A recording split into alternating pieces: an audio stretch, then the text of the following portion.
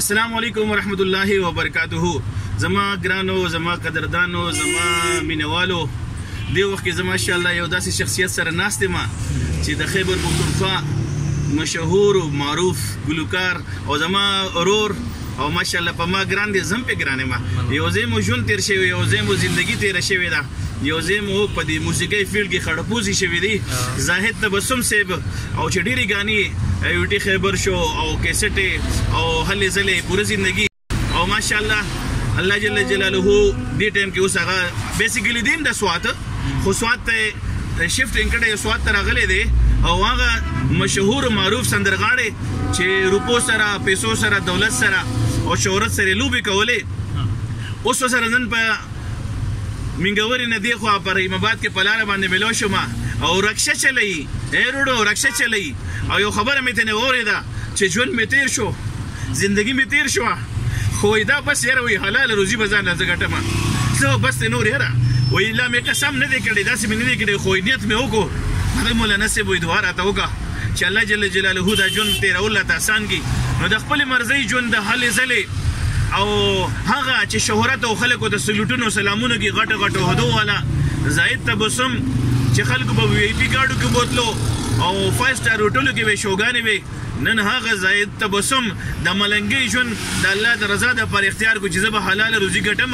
رکشه به چلوم او د بچو تربیت، د بچو خدمت او د بچو هغه د روزۍ د پر اسباب به زه په حلال روزۍ باندې ځان لګټم. نن زاهد تبسم ماشاءالله سوات ته راغلی دی او رکشه چلی او په رکشه باندې خپل مزدوري ځان لګوي. وایي کافي ټایم وشو چې د غاګانې بجانې سایډ نه ځان مې ترې سایډ ته کړی دی،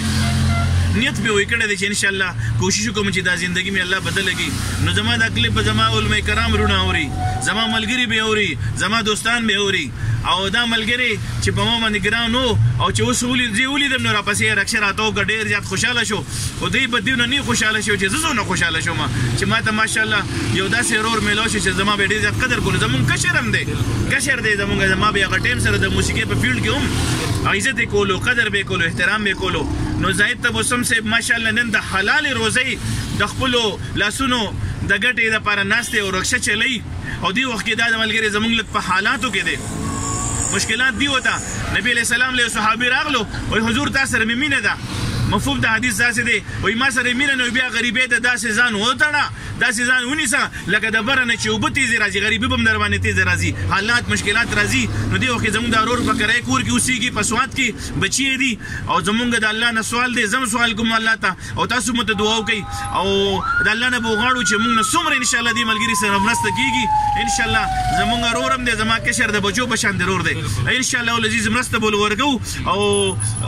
خدمت به کوو د الله د رضا دپاره چې الله جل جلاله د د حلال روزۍ کې برکت واچوي او الله جل جلاله د هر قسم فتنو نه وساتي. د موسیقۍ فیلډ ته د خیر آباد کولو نیت کړی دی، نیت یې کړی دی. زه به د خپل لوی الله نه غواړم او الله ول ښکلی اواز هم ورکړی دی چې الله جل جلاله د د غږ د حسان بن ثابت رضی الله تعالی عنه په شان دی د خپل خوږ پیغمبر صلی الله علیه وسلم په مدح کې استعمال کړي، د الله جل جلاله په ښکلي کلام په تلاوت کې استعمال کړي. نو د زاهد تبسم دپاره زه ول مبارکي ورکوم چې تا دا دومره اوچت قدم واخیستو چې زه به د خپلې د حلال روزۍ دپاره لګیم، محنت کوم،